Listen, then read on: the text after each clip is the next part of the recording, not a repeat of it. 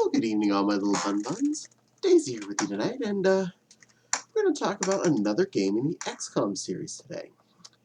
Now, again, I don't have a thing to hold up and show for you because, well, at the moment, I own it on Steam. I know I have a CD somewhere in a CD wallet somewhere upstairs.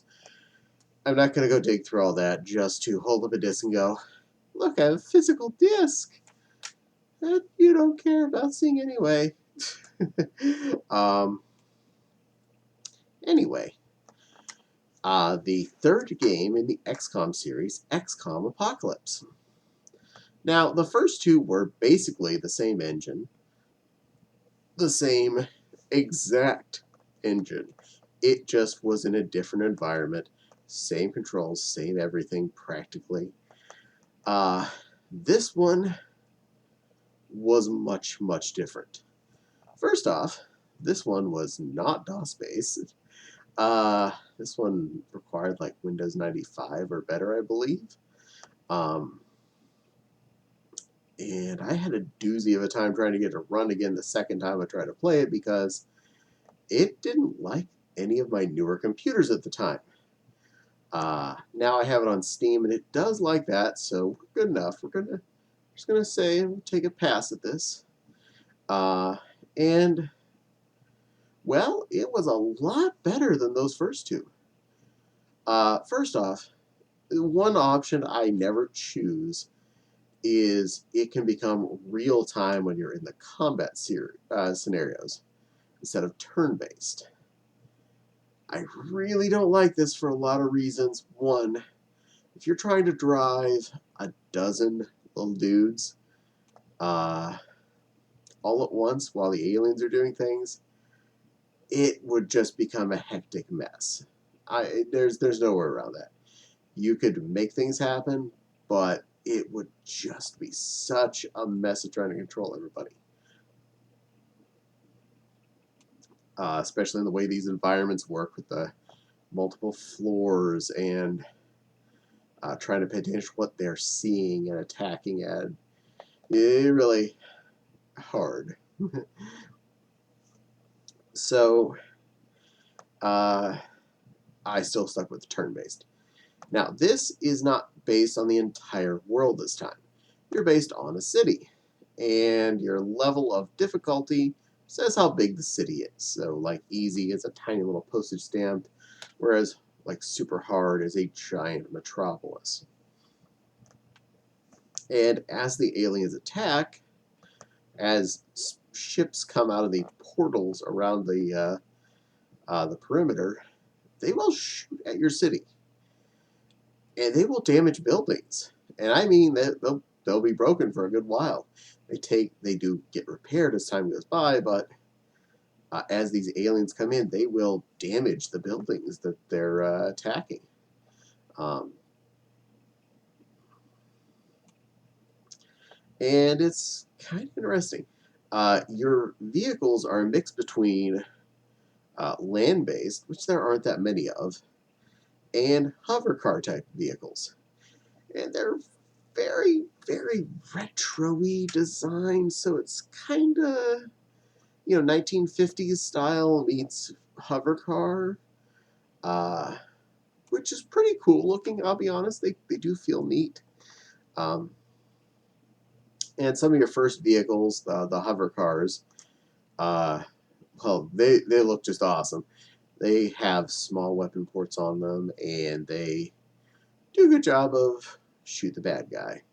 You can set a fleet of these things. You can buy as many as they have for sale at any given moment and just go to town. Park them all in your building and just let them rock and roll when it comes to attack time. Cars and things are really slow comparatively. They're tanks and things too. I've never really found much use out of that stuff because unless you had a position throughout the city, the slow-moving tank is never going to get there fast enough to intercept the fast-moving alien ships. So, there's that. So, most of the first alien ships you shoot down, that's it. They're not missions. They're just done.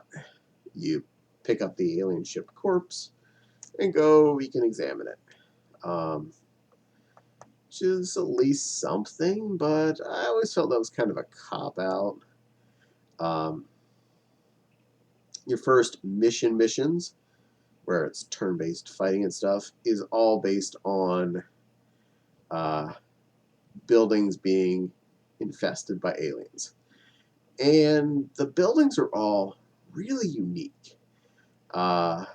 There'll be a certain style per the type of building, like they're like slums type buildings. They're really run down type buildings. They look like slums when you're in there. There's like high end malls and things, and they look all fancy and pretty. Uh, things like the power plant, a lot of electrical things you have to work around. Um, but each different building has a different personality. So there's something cool going on there. Um, does take a long time before you're getting alien weapons that you can capture and research. So that is a little bit of a drag. You don't just get stuff you can learn and get cool stuff out of.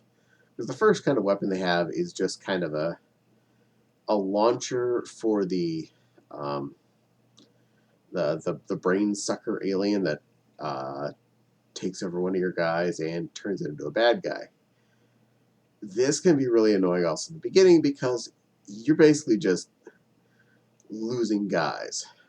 They become bad guys, and the bad guys have a good bit of ammunition of these brain suckers. And if they get on your man, consider them gone. Uh, but eventually you do get alien weaponry, blast lasers and things that you can research, and that's eventually good. There are lots of different kinds of aliens. They're very. Some of them can be very bullet spongy, like these big worm things, and then they can often like hatch into a bunch of smaller worm things you have to kill. Kind of a hassle. um, but kill and be killed. Take out the bad guys. Enjoy your prize. And there are quite a few different kinds of aliens, as were in the previous game, so that's good. You have a variety of critters you're killing at. Um, your people are a variety of types of people as well, including, I believe you have robots, humans, hybrids. They were the sectoid race from the first two games. It's actually now friends with the humans and have interbred a few times. So you can have part sectoid people with you. Um, and your basic weaponry that you start the game with as options to purchase is actually quite a vast array. So it's not like you're starting off with nothing. It's just you don't get much to research initially. And for me, that's one of my favorite parts of these games, is finding this stuff and researching it. So that part kind of hit me a little annoyingly, but we deal and move on. Because your array of weapons you can purchase, really sweet.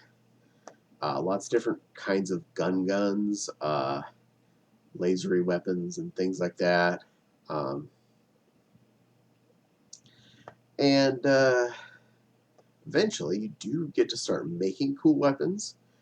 The best one being this little handgun, which is the kind of like the final real upgraded weapon you get. First off, it's just a small handgun that has uh, a toxin, the first toxin they let you have. It's pretty good at killing bad guys. Right off the bat, the moment you've got this, you've got the game in hand. You have a weapon that's lightweight, shoots fast, ammunition's cheap, and you keep making as much as you want. So, right there, you have got a game changer. Keep going, keep researching. You'll get the B toxin and then the C toxin, which is the best. It's like alien kill drug death in a little tiny clip. So that is pretty cool. And you have different kinds of body armor your guys can have. Naked, they're fine enough. Well, they're naked. They have kind of like a military outfit when they're not wearing an armor. But there are several different kinds of armor you can purchase from the store, let alone anything else. And you can mix and match pieces. So you can put like pants of one suit on, the body suit section of another one, or different arms. Each arm is an individual piece, head's a different piece, etc., etc.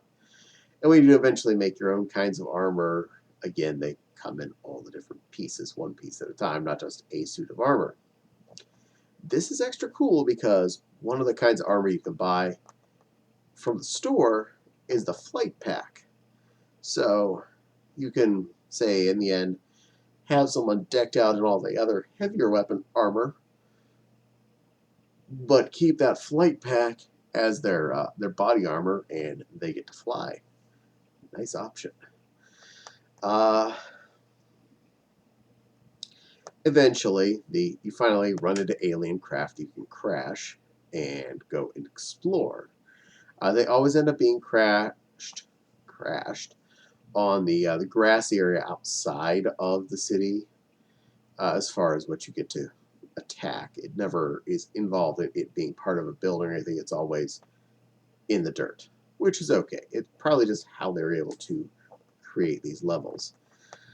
They range from pretty small ships to pretty darn huge, like 10-floor tall type ships.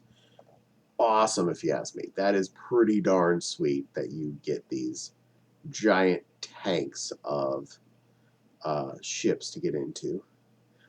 And they have cool weapons to salvage off them, different aliens, different components, different stuff you can then finally start really catching and researching with. And, oh, one of my favorite weapons you get as a start off, instead of just having these stun probes, which I was a big fan of in the first games, you have stun gas grenades. Just chuck them out there, makes these dense green fluffy clouds, throw a few in, let the bad guys run into them, fall down, and now you have a herd of salvaged aliens live. Awesome.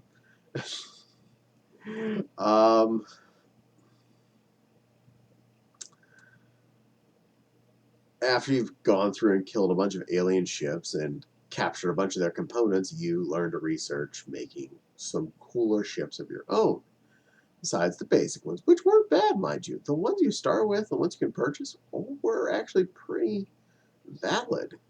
And throughout the early part of the game, they slowly, ink out a few more that you're allowed to buy over time, so you get a little more variety. You do improve as the whole game is going on. And when you do go to do any kind of a mission, you're not even limited to one ship worth of people going in. You can put people in as many vehicles as you want, load them up, and send them off to do the mission, whatever it is. Either in a building or taking a alien craft that you've downed. Though I think the alien craft, because of how they land, you can't take any wheeled vehicles. You have to only use flying vehicles for those. But for any city buildings, by all means, load up that armored personnel carrier that's a ground pounder, and slowly drive on over the building and go down in the basement. And then you can use it.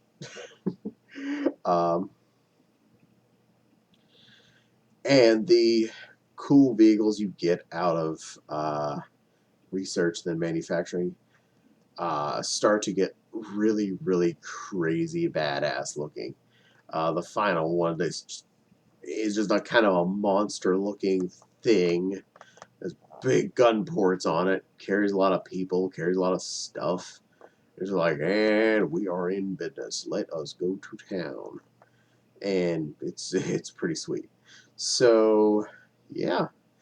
After you've gone through all this fun stuff, you got all your cool new equipment, you've figured all this out, you finally then can go on the offensive. This is where it really gets interesting.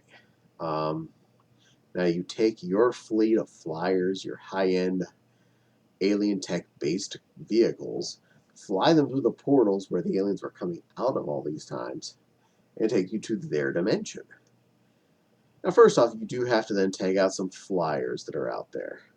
Take out the hover vehicles they have flying around the alien crafts, mostly just probed, but occasionally you'll find. I think you would still have a chance of seeing some heavier resistance when you go in on your first offenses. But they seem to stay dead once you kill them, so they don't tend to repopulate their defensive line too quickly. As far as I can tell, I don't remember them ever regenerating ships in the area. But you just blow them away. If necessary, evacuate back out the portal, go home, recover, repair your stuff. You're starting to get too much damage. But then come back and you take out the buildings one at a time down a chain till you get to the final building and you've won the game. And they're pretty cool levels themselves. They are unique. Each one of them is a different looking kind of environment. Different reasons why you're in each one, like you're taking out this thing, you're taking out this system. And as you progress, it just destroys the building you've already taken out. It never rebuilds or anything, so progress is progress here. And most of the aliens and their weapons are semi-organic, like species. Same with their ships. They're kind of gooey ships. It's neat. It really is an extremely alien take on aliens. So you have a neat concept of what you're going against as opposed to just going against basic stuff that makes sense.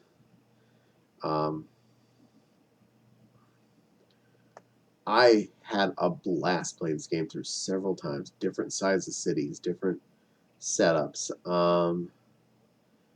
There are so many ways to just do your duty and have fun. In this one, you can buy more bases throughout your city to have more manufacturing or more storage or more whatever, more research. Different buildings cost different amounts. Different buildings have different layouts underneath because your base is basically built underneath a building in their basement section. So there are different bases, different space setups, depending on which building you buy, and they cost different amounts of money, mostly based on the usable space. Some building, some of the bigger, more fun rooms take up effectively what is 4 blocks of room space, and other rooms that are more basic only take 1 splop. Like a large manufacturing facility takes up 4 squares. Same with a large research facility, 4 squares. But you can have, for a lot of smaller stuff, small research facility or small manufacturing facility, 1 square. Like your bigger ships need a large manufacturing facility.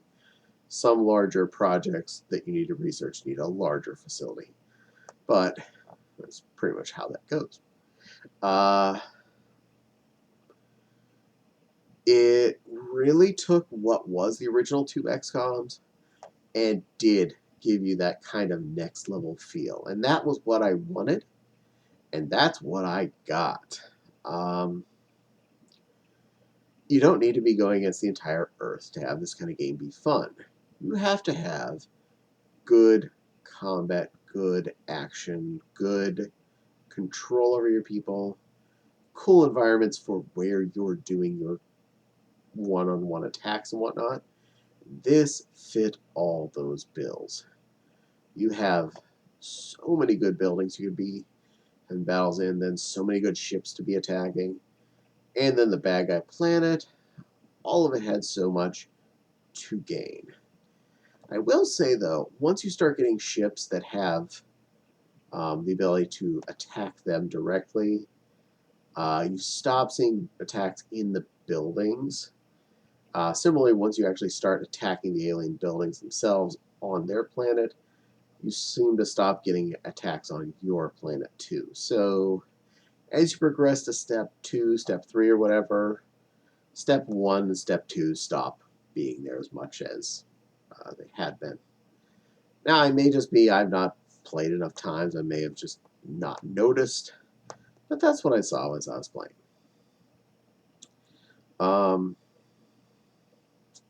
So if you liked this kind of game, these real-time strategy games, this one definitely was a good game.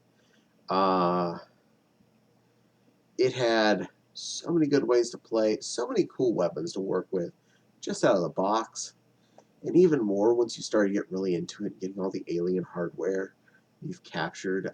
It is a hoot. So I definitely recommend it. I might play it after I finish what I'm doing right now. When I recorded the last video, I said, maybe I'll play XCOM tonight after I'm done recording this. I spent 3 hours playing the first game that night. Okay. And I'm going to play it again tonight.